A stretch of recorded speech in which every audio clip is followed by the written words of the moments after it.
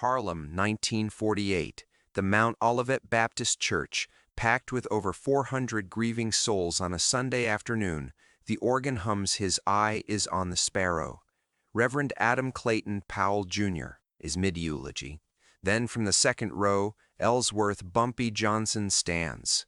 The room freezes. Bumpy walks toward the casket, each step a thunderclap in the silence. The music dies. The preacher stops. 400 people hold their breath. Bumpy reaches the casket, looks down at Nurse Sadie Mae Washington, her peaceful expression, her white lace dress, the shockingly thick makeup caked on her neck. Everyone else saw a tragedy. Bumpy saw a lie. He leaned in, studied her throat, then reached down. His fingers touched the powder. When he pulled his hand back, they were covered in thick, theatrical paste. He looked at the funeral director sweating by the wall. "Why is there so much makeup on her neck?" The man went pale. Bumpy pushed back Sadie's collar. What the crowd saw next made women scream and men turn away. Rope burns, deep, brutal purple and black circling her throat like a necklace of violence. This was no heart attack. This was murder. And what Bumpy did in the next 96 hours would leave 3 men dead, force 6 NYPD officers to resign, and change how Harlem dealt with police corruption forever. To understand that Sunday, you must understand who Sadie Mae Washington was and why one witness's courage ignited a chain reaction nobody could stop. September 1948. Harlem was a place where black families worked 2 jobs just to survive, where you knew your neighbors, where community wasn't a slogan. It was armor, and Nurse Sadie Mae Washington was the very heart of that community. Sadie was 30 years old, born September 14, 1918, on 139th Street. Her mother, Dorothy Washington, had taken in laundry for 6 years to put Sadie through nursing school at Lincoln Hospital. Sadie graduated in 1941, top of her class. By 1948, she had delivered over 300 babies at Harlem Hospital, worked the night shift for 7 years straight, without missing a single day. She never married. When asked why, she'd smile. "Harlem's my family. These babies are my babies." Every Sunday, she sang soprano in the choir. Every Friday, she visited the elderly on her block, bringing soup, checking blood pressure, just sitting to talk. People loved her. Not like a celebrity, like the person who saved your child's life. Sadie had a younger brother, Marcus Washington, 28. Her opposite in every way. Marcus gambled, drank, jumped from job to job. By 927, he'd burned every bridge in Harlem. So he moved to New Haven, Connecticut, told Sadie he'd found dock work. What he really found was a poker game and a loan shark named Vincent Marconi. January 1948. Marcus borrowed $800 from Marconi. He promised repayment in 2 months. Marconi charged 20% interest per month, compounded. By March, Marcus owed $1,152. He couldn't pay. Marconi sent his men. Marcus saw them coming and vanished into upstate New York. He didn't tell Sadie, didn't tell his mother. He just disappeared. By September, 6 months later, with accumulated interest, Marcus owed over $2,000. Marconi didn't care about excuses. He wanted his money. And if Marcus wouldn't pay, Marconi would find someone who could. He found Sadie. Now, here's the connection most never knew. Bumpy Johnson had known Sadie since she was 8 years old. Winter 1926.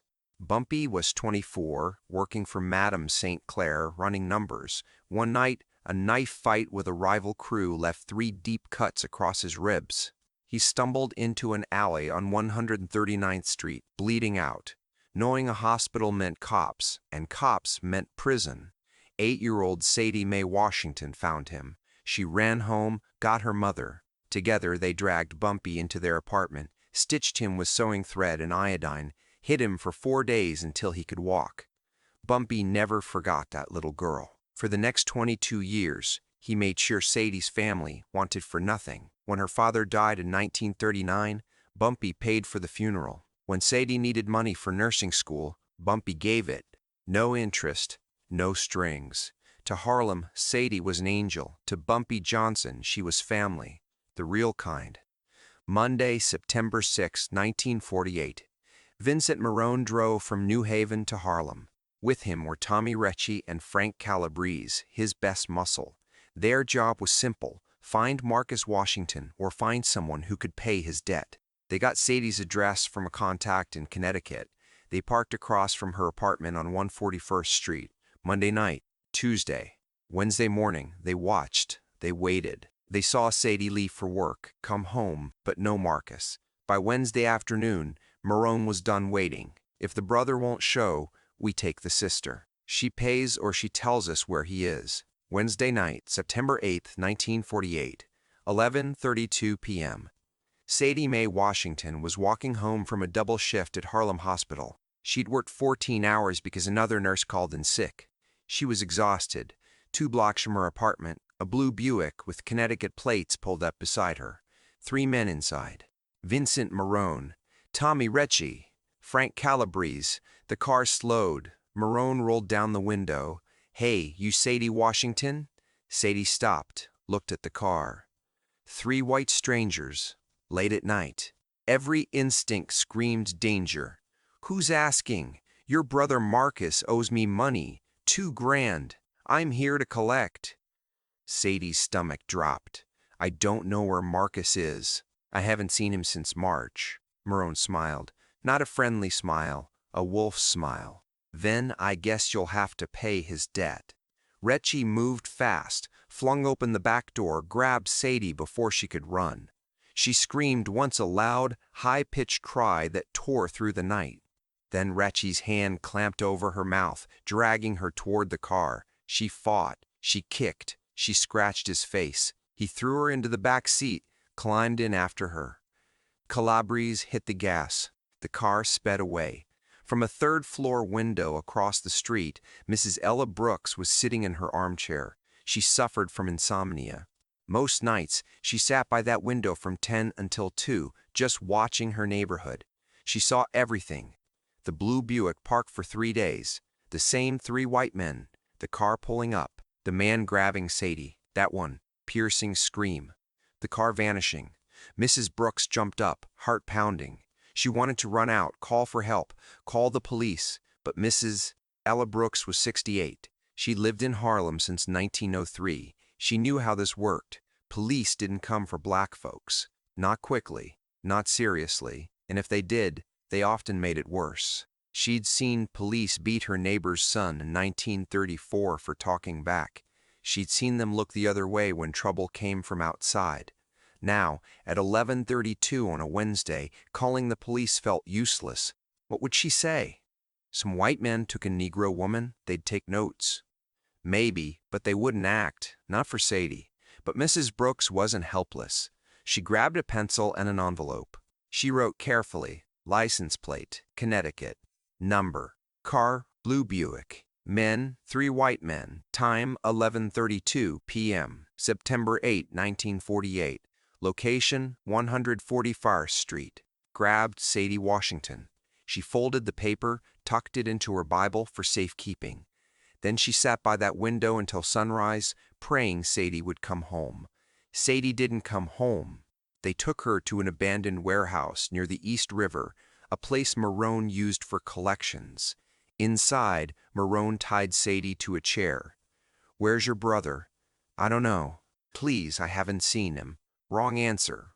What happened over the next 3 hours was torture.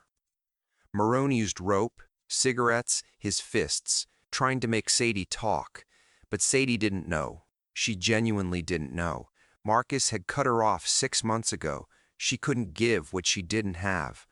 Around 2 a.m., Marone was furious. He'd driven for hours, waited for days, and had nothing. He wrapped the rope around Sadie's neck and tightened it. Last chance, where is he? Sadie couldn't speak, couldn't breathe. Marone pulled harder. At 2:17 a.m., Sadie Mae Washington stopped breathing. Marone let go, stepped back. "Damn it!" Calabrese started panicking. "We just killed a nurse, a Negro nurse in Harlem. We need to—" "Shut up! Let me think." Marone thought fast. "We make it look natural. Heart attack, she was overworked. It happens." "How?" asked Recchi. "I know a cop."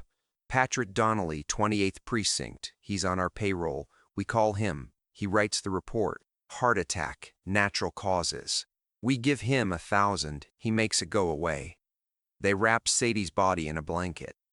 Drove back to her apartment at 3:30 a.m., carried her up 3 flights, laid her on the bedroom floor, made it look like she'd collapsed. Marone looked around her small, clean apartment photos, a baby she delivered, a calendar marked with shifts. For 1 second, he felt something. Guilt. Then he remembered the $2,000. He pulled out a payphone number and made the call. Thursday morning, September 9th, 1948, 7 a.m. The building superintendent, Mr. Lewis, knocked on Sadie's door. She hadn't shown up for work. The hospital called. That wasn't like her. Sadie was never late. No answer. He used his master key. He found Sadie on the bedroom floor, face down, one arm stretched out as if reaching for help. Dead. Mr. Lewis ran downstairs, called the police from the lobby phone. At 7:35 a.m., officers Patrick Donnelly and James Murphy arrived.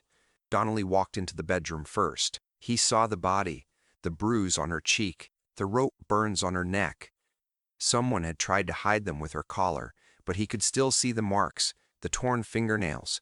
This was no heart attack. Murphy knelt, checked for a pulse, though she'd been gone for hours. "What do you think, Pat?" Donnelly glanced at Murphy, then at Mr. Lewis in the doorway. "Step outside for a minute, sir." "Mr. Bongro." Lewis left, closed the door.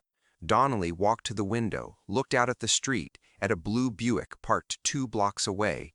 Marone's car, still watching. Murphy saw his partner's face. Something was wrong. "Pat, what's going on?" "Nothing. We're writing this up as natural causes." "Are you serious? Look at her neck. Heart attack. She fell, hit her face." "That's the report." Murphy stared. They'd been partners 3 years. He trusted Donnelly. "But this, Pat, this is murder. Look at her hands. She fought." Donnelly stepped closer, his voice low and dangerous. "Listen, this is a dead-colored girl whose brother owed money to the wrong people. If we write murder, we open an investigation. That leads to white men from Connecticut.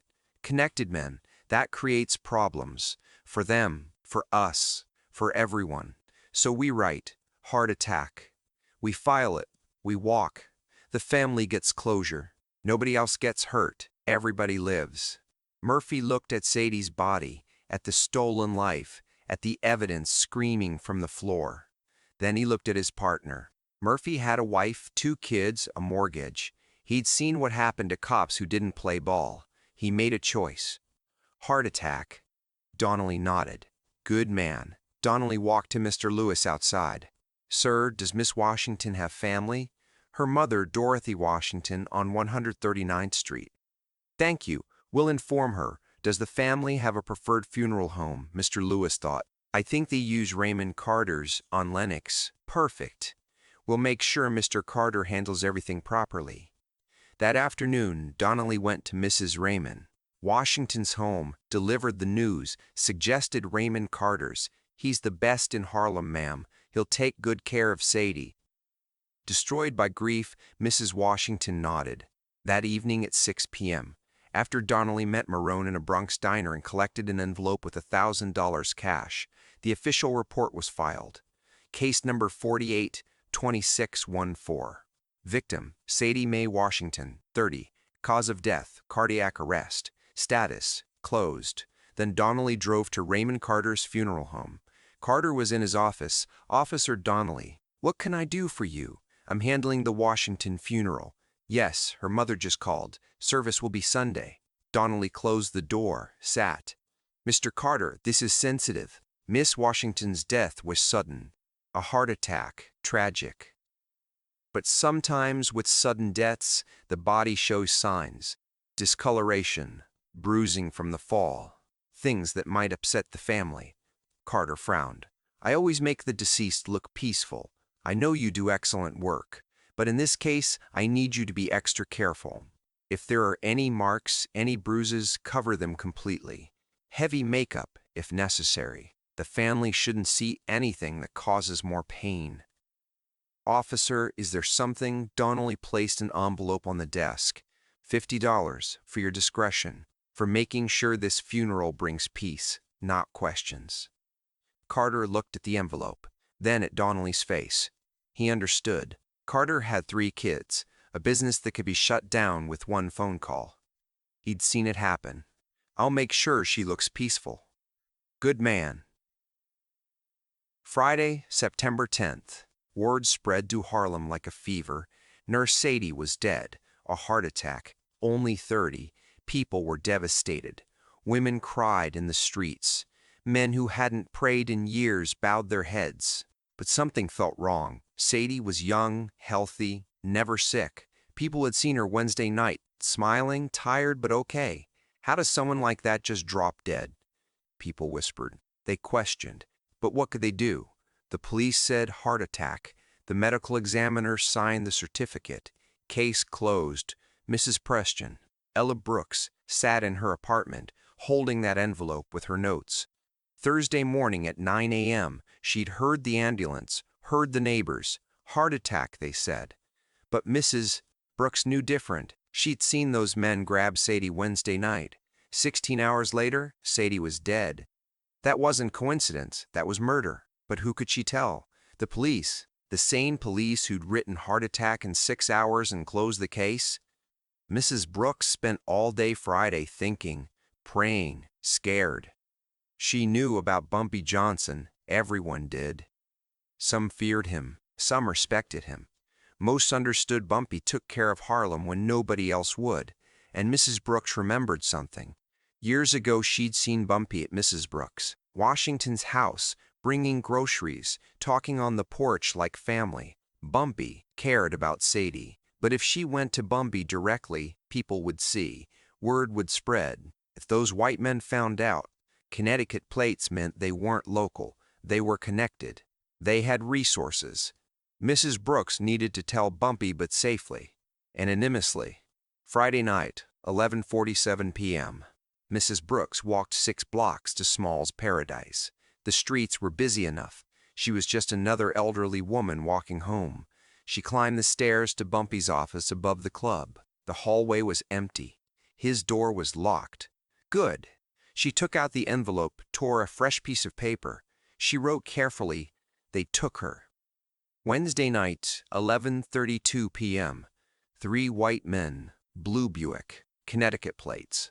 Below that, the full license number. No signature. No name. Too dangerous. She slipped the paper under the door, walked back downstairs, and went home, praying she'd done enough. Saturday morning, September 11th, 1948. 5:45 a.m. Bumpy Johnson arrived at his office. He liked the quiet before the city woke. He unlocked the door, pushed it open. A piece of paper lay on the floor. Someone had slipped it under. Bumpy picked it up, read it. They took her. Wednesday night, 11:32 p.m. 3 white men, blue Buick, Connecticut plates, and a license number. Bumpy read it twice. Then he sat at his desk, stared at those words. They took her. He'd heard Friday afternoon. Illinois Gordon had come by. Bump, bad news. Sadie Washington died Thursday morning. Heart attack. Only 30. Bumpy had stopped cold. What? Just heard. They found her on her bedroom floor. Police said heart attack. Heart attack. 30 years old. Bumpy knew immediately something was wrong. Sadie didn't get sick, didn't smoke, ran up 3 flights of stairs every day without breathing hard. But the police said heart attack. The medical examiner signed it. What could he do? Now he held a note that said different. They took her. Not she died, not heart attack. They took her. Someone had seen something Wednesday night, and whoever wrote this knew it wasn't natural. Bumpy picked up the phone. Illinois, get here now. Saturday, 6:30 a.m. Illinois Gordon walked in, saw Bumpy's face. What happened? Bumpy handed him the note. Illinois read it, looked up. When did this come? Sometime last night. Slipped under the door. You believe it? Bumpy stood, walked to the window. Sadie Mae Washington was 30. Never smoked, never drank. Worked nights for 7 years. Never sick. Never tired. He turned back. Wednesday night, she walks home from work. Thursday morning, she's dead. Police write heart attack. Close the case in 6 hours. He picked up the note again. Someone saw her get grabbed. 3 white men. Connecticut plates.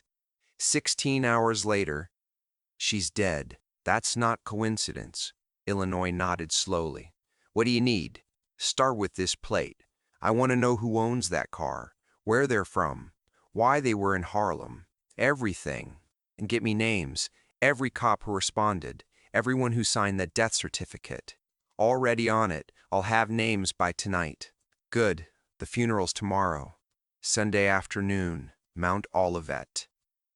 You going? I'm going. And if someone tried to cover this up, I'm going to find out exactly what they're hiding.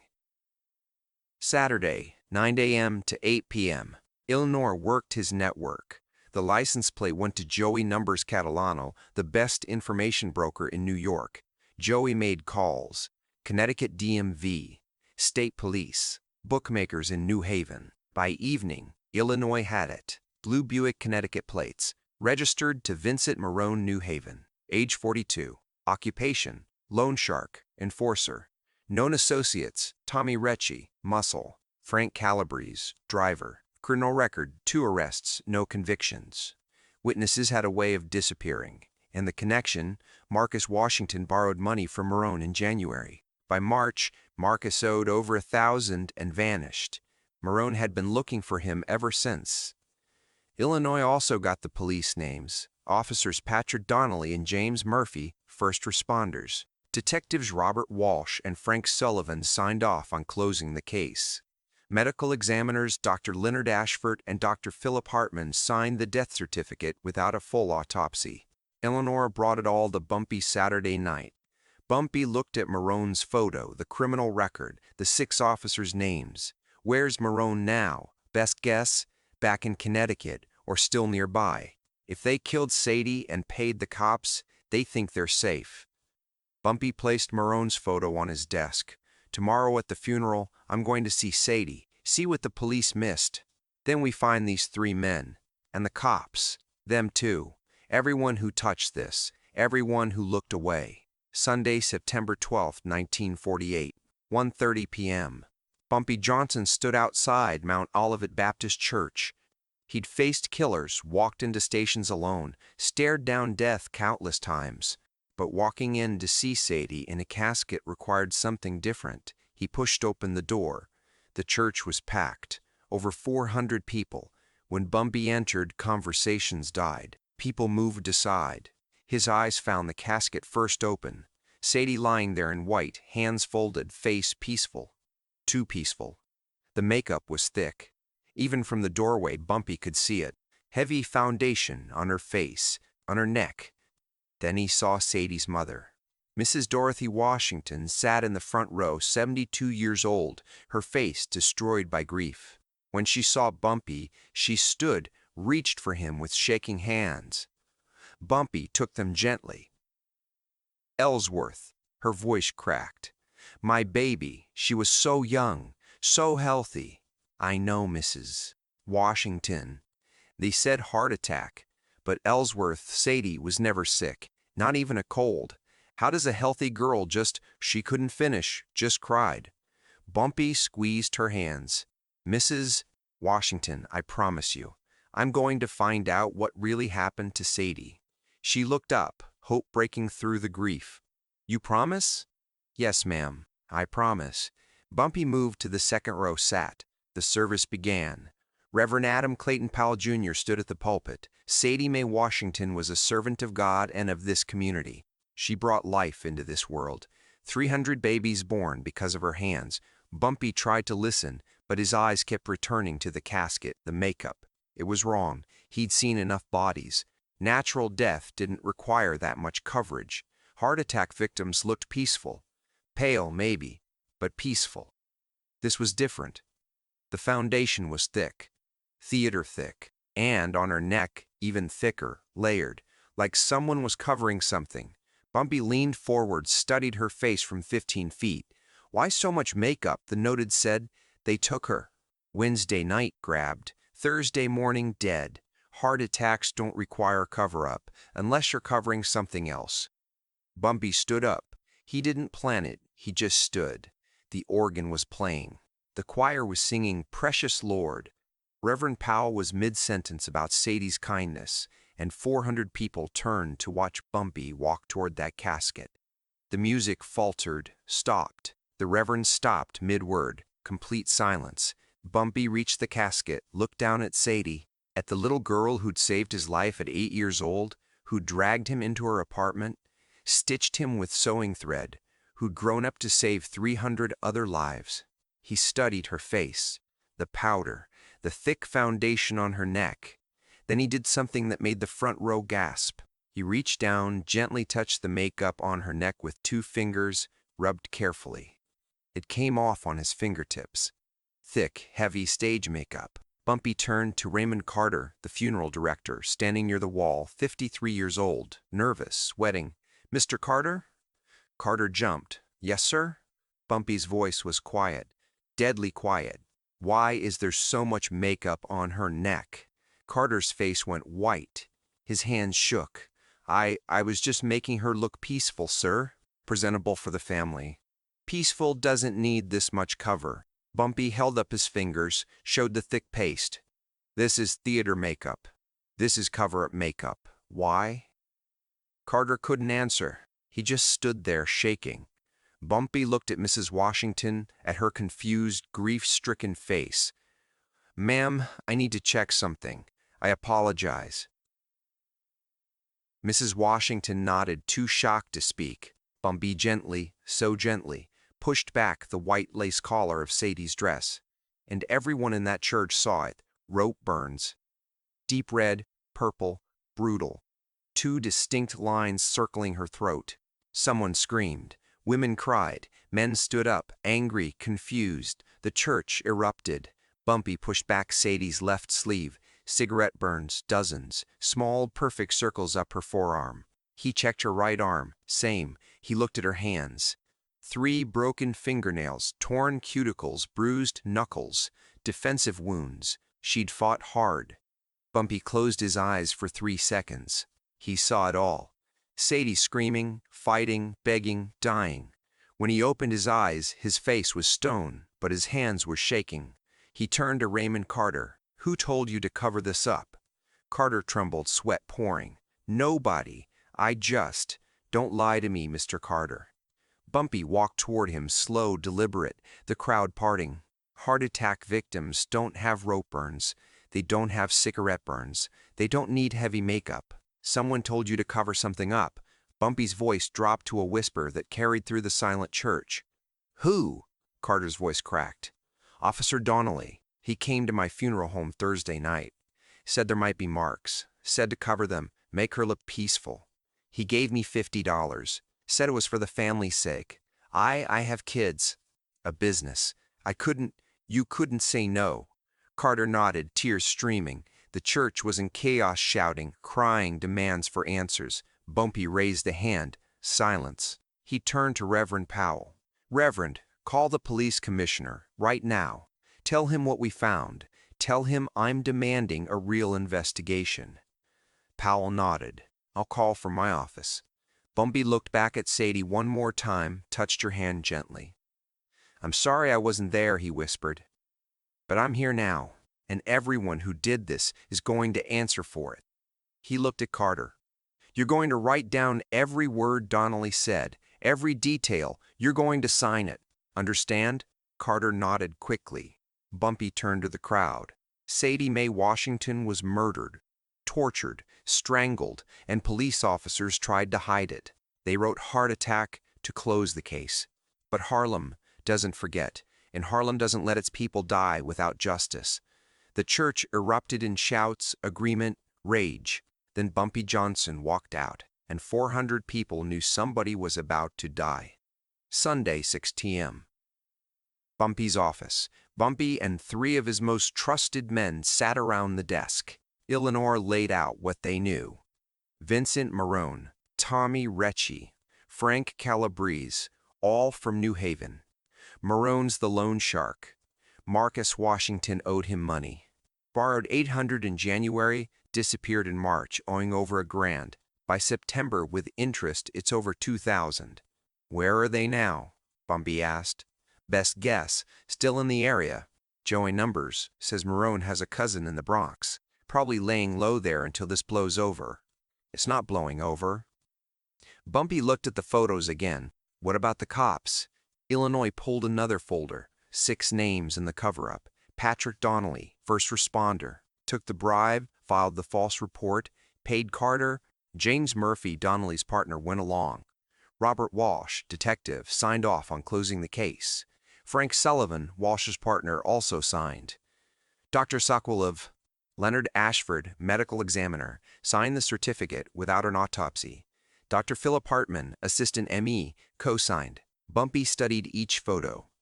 Walsh first, he's the key. Detectives have to sign off. He knew what he was doing. Illinois pulled out another envelope, already ahead of you.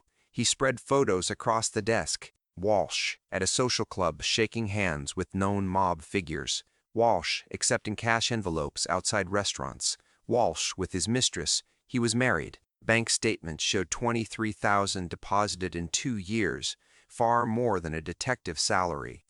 We've been watching Walsh for 4 years. Every payoff, every meeting, every lie. Bumpy smiled. Cold. Perfect. Monday, September 13th, 9 a.m. Bumpy walked into the 28th precinct, past the front desk, past the uniforms who recognized him and didn't stop him, straight to Detective Robert Walsh's desk. Walsh looked up, saw Bumpy, started to stand. Bumpy placed a manila envelope on the desk, sat in the chair across. Open it. Walsh's hand shook as he opened it. Inside, all the photos, the bank statements, the evidence. Walsh went pale. I've been watching you for 4 years, detective. Every payoff, every dinner with made men, every dollar you couldn't explain. Bumpy leaned forward. Sadie Mae Washington was murdered Wednesday night, tortured for 3 hours, strangled. And Thursday morning your boy showed up, saw evidence of torture, and wrote, heart attack. Closed the case in 6 hours. No investigation, no autopsy, just signatures. I didn't know, you didn't ask. That's the same thing. Bumpy pulled out 2 more envelopes. This one goes to the district attorney. This one goes to the Genovese family with a note explaining how you've been skimming their protection money. Walsh understood immediately. Prison or a shallow grave? What do you want? I want you to find Vincent Marone, Tommy Recchi, and Frank Calabrese. They're somewhere in the Bronx. Marone has a cousin there. You're a detective. Detect. And then what? You don't arrest them. You give me their location. Walsh stared. You're asking me to. I'm telling you. Find them. Tell me where they are, or I send these envelopes and you spend next week choosing between Sing Sing and the East River. Bumpy stood, adjusted his hat. You have 48 hours, detective. Use them wisely. He walked out. Monday, 11 a.m. Raymond Carter's funeral home. Carter was in his office when Bumpy walked in, this time with Illinois. Mr. Partnanen. Johnson, I was about to write everything down like you said. I know. I need to ask you some questions first. They sat. Carter was still shaking from Sunday. Thursday night, Donnelly came here. What time? Around 8 p.m., after he'd met with the family. He said he'd suggested my funeral home to Mrs. Washington.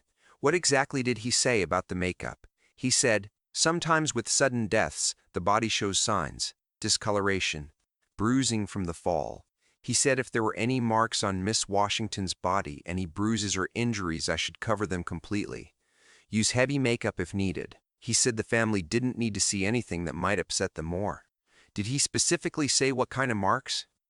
Carter nodded. He said around the neck area especially. Make sure it all looks natural. Bumpy and Illinois exchanged a look. So Donnelly knew about the rope burns before Carter even saw the body. Yes, sir. That's when I realized this wasn't just about making her look peaceful. Did anyone else come to the funeral home? Anyone watching? Thursday night when Donnelly left, I looked out my window. There was a blue car parked across the street, Someone sitting inside just watching. Connecticut plates. I didn't note the plates, but it was a blue Buick. Bumpy nodded. Marone, making sure Donnelly did what he was paid to do, he looked at Carter directly. Mr. Carter, you're going to write down everything, every word Donnelly said, every detail about that blue car. You're going to sign it and date it. What if Donnelly comes back? Donnelly is not coming back.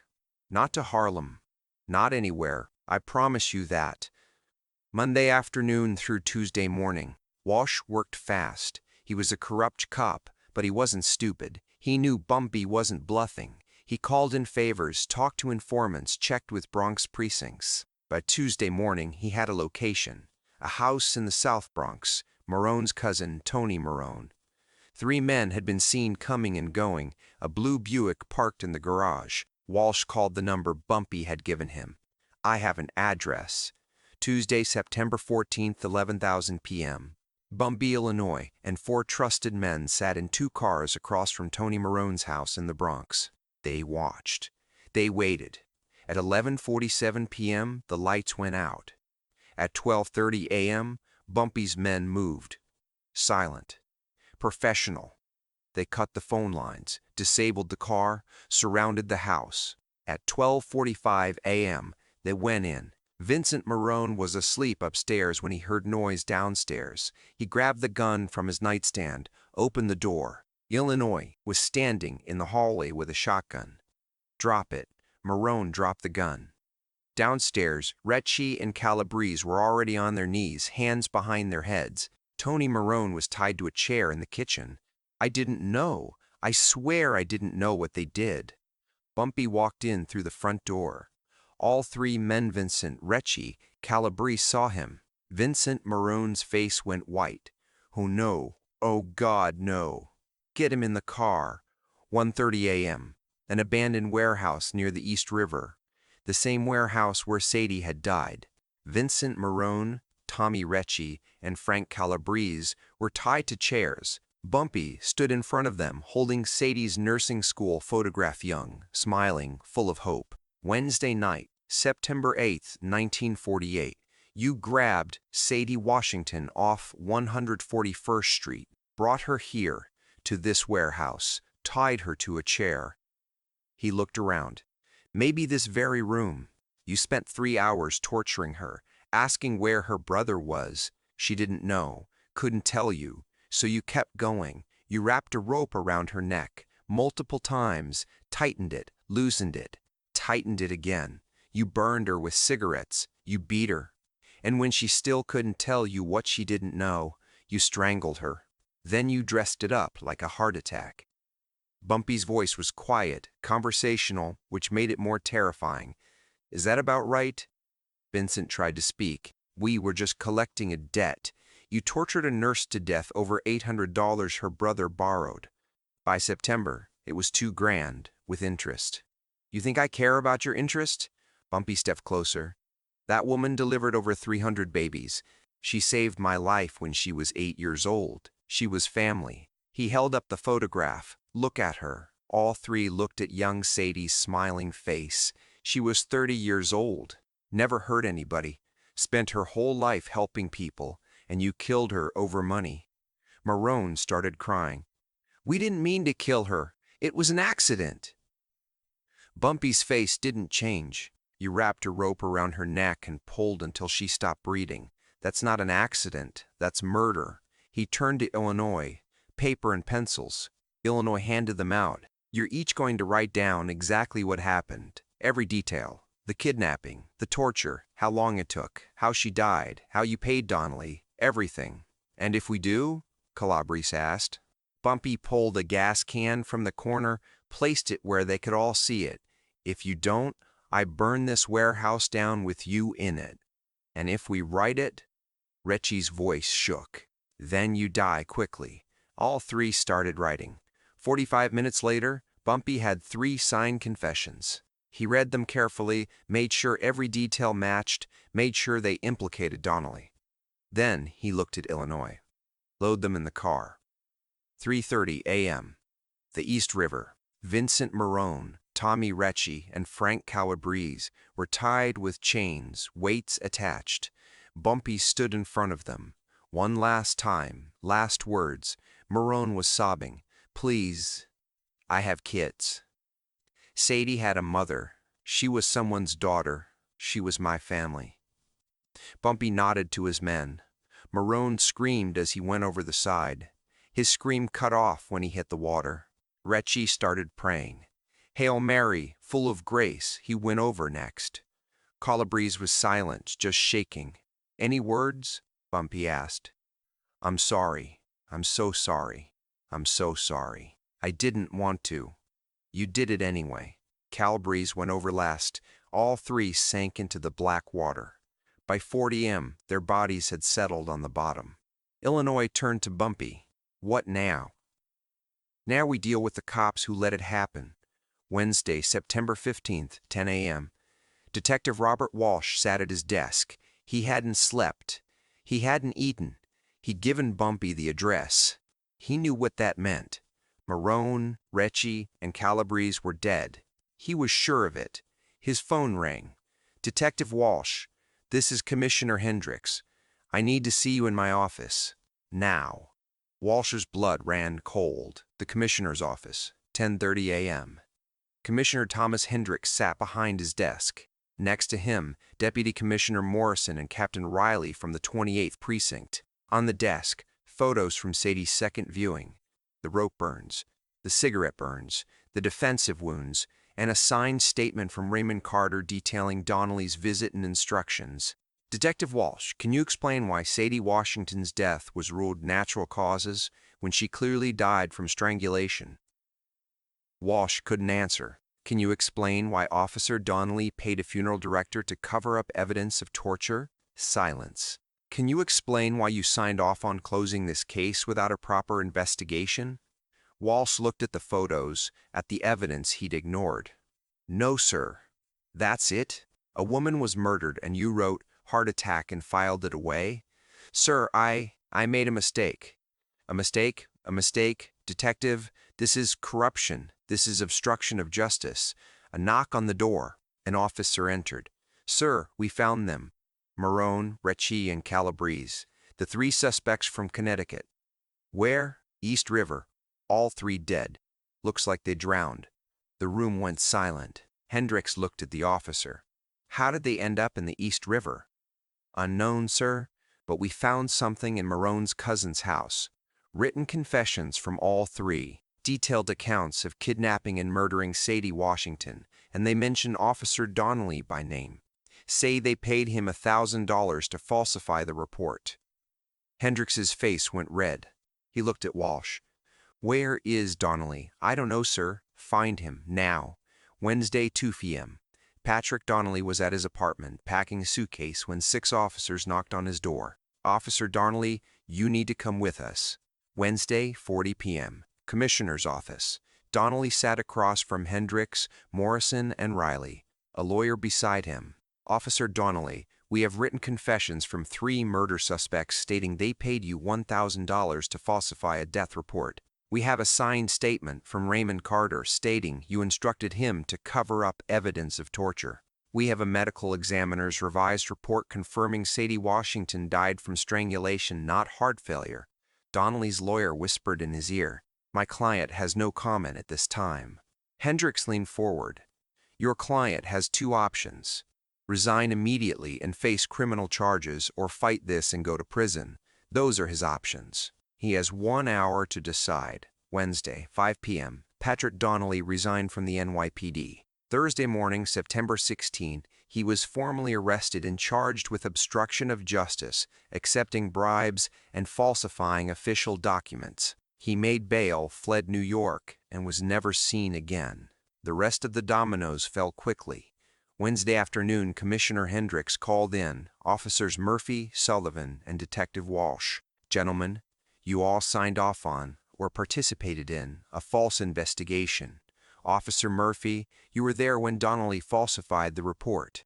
Detectives Walsh, Sullivan, you closed the case without proper investigation. You have 3 options. Resign, face charges, or transfer to desk duty in Staten Island for the remainder of your careers.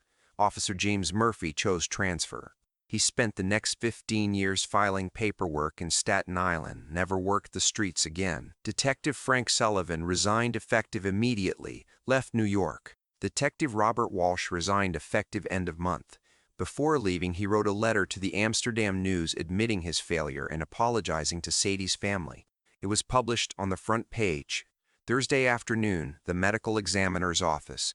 Commissioner Hendricks personally visited Dr. Leonard Ashford and Dr. Philip Hartman. Gentlemen, you signed a death certificate without performing a complete autopsy. You missed rope burns, cigarette burns, and defensive wounds because you didn't look under makeup. He placed the corrected autopsy report on the desk. Dr. Pern, Ashford, as chief medical examiner, this failure happened on your watch. Ashford had no defense. I'll tender my resignation. See that you do. Dr. Hartman, you're being transferred to the Queen's office, effective Monday. By Friday, September 17th, Officer Patrick Donnelly resigned, arrested, fled. Charges pending. Officer James Murphy transferred to desk duty. Career over. Detective Robert Walsh resigned, publicly apologized. Detective Frank Sullivan resigned, left New York. Dr. Cobb, Leonard Ashford resigned in disgrace. Dr. Philip Hartman transferred, demoted. 6 men, all removed from positions where they could ever cover up a murder again. Thursday, September 16th, the Amsterdam News front page. NYPD's The Sadie Mae Washington murder. 3 killers found dead. 6 NYPD officers resign after cover of court-martial expose. The article detailed everything: the kidnapping, the torture, the false report, the bribe, the cover-up. It mentioned Bumpy Johnson attended the funeral and noticed inconsistencies that led to further investigation. Everyone in Harlem knew what that meant. Bumpy didn't do the killing himself. He just made sure justice was served, and everyone who looked the other way paid the price. Monday, September 20th, 1948. Sadie Mae Washington's second funeral was held at Mount Olivet Baptist Church, this time with the truth. Over 800 people came. The church couldn't hold everyone. People stood outside, lined the streets. The casket was open. No heavy makeup this time. Just Sadie, as she was. Beautiful. Gone. Reverend Adam Clayton Powell, Jr. spoke. Last Sunday, we stood in this church and mourned a woman we thought died of heart failure. Today, we know different. Sadie Mae Washington was murdered, kidnapped off the street she'd walked 1,000 times, tortured for 3 hours, killed by men who saw her as nothing more than a debt to collect. He paused. Let that sink in. For 6 days, powerful men tried to hide that truth. Police officers wrote heart attack and closed the case. Medical examiners signed papers without looking. Detectives asked no questions. But someone refused to let Sadie's death be forgotten. Someone demanded truth, and because of that demand for justice, 3 killers are dead. 6 officers who betrayed their oaths are gone. And Harlem knows what really happened. The church erupted. Amen. This is what justice looks like. Not perfect, not clean, but real. Sadie Mae Washington's name will not be forgotten. Her death will not be hidden. And those who tried to bury the truth have been buried themselves. Amen. After the service, Mrs. Dorothy Washington found Bumpy outside, Ellsworth. He turned. She took both his hands in hers. Thank you for everything, for not letting them hide what happened, for making sure those men answered, for making sure my baby's name meant something. I didn't do it for thanks, Mrs. Washington. I know. You did it because Sadie was family. Because when she was a little girl, she saved your life. And because you never forget. She pressed something into his hand. A photograph. 8-year-old Sadie, smiling. 1926, standing in front of her mother's apartment. Remember her this way. Before the world became cruel, Bumpy looked at the little girl who dragged him into her apartment, stitched him up, kept him hidden. I'll never forget. September 12, 1948, the day Bumpy Johnson stopped a funeral, not by breaking in, not by causing chaos, by seeing what 400 people had missed, by recognizing that too much makeup means something to hide, by demanding truth when the system offered comfortable lies, by following a single anonymous note from a terrified witness, by believing that note over official reports, by making sure Sadie Mae Washington's death meant something. Sadie Mae Washington was laid to rest at Woodlawn Cemetery. Her gravestone reads, Nurse, Healer, Angel of Harlem, September 14, 1918, September 8, 1948. She saved lives. Harlem remembers. And beneath that, added later by someone unknown, justice was served.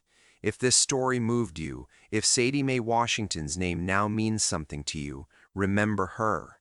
When the law fails, what options are left? Next week, the story of a 12-year-old shoeshine boy beaten to death by corrupt cops, and what Bumpy did next in act that forced the NYPD to create its first internal affairs division. Remember Sadie Mae Washington. September 14, 1918 to September 8, 1948. She saved lives. Harlem remembers, and Harlem never forgets.